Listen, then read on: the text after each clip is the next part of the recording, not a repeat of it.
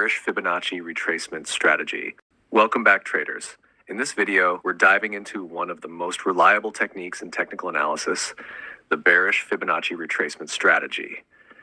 We'll break down impulse and pullback moves, analyze the USD JPY chart, and see how to enter trades with precision.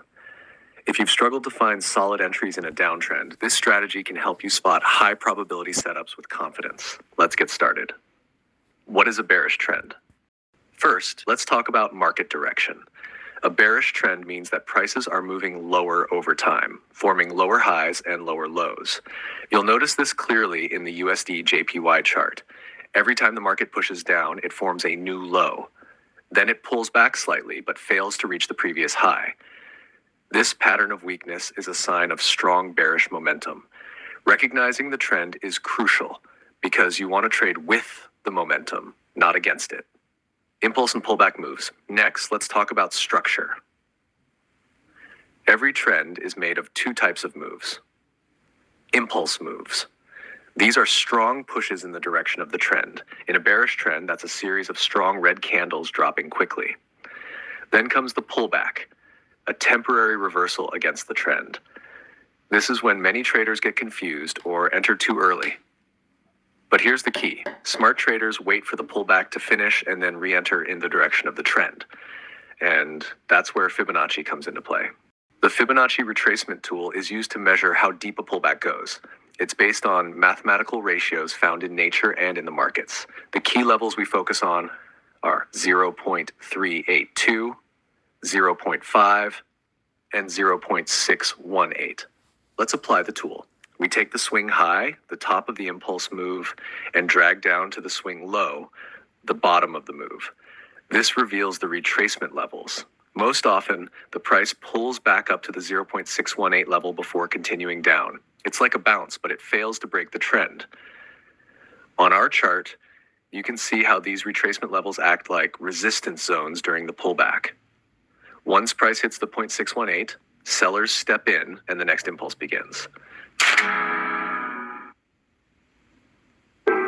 Live chart breakdown. Now let's analyze the step by step.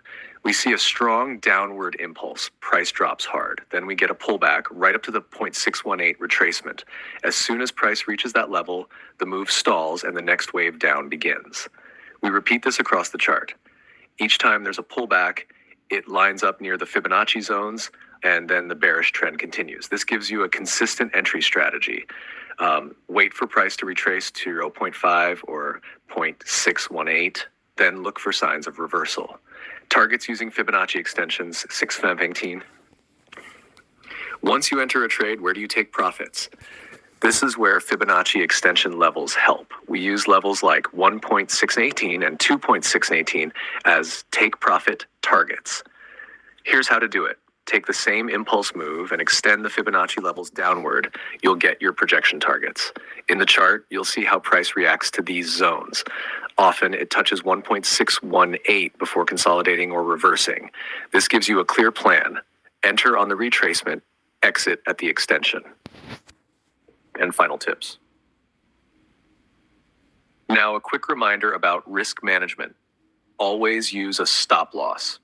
A safe place is just above the 0.618 retracement level, because if price breaks it, the trend might be changing. And always aim for a risk-reward ratio of at least 1 to 2. This means if you risk $1, your target should be $2 or more.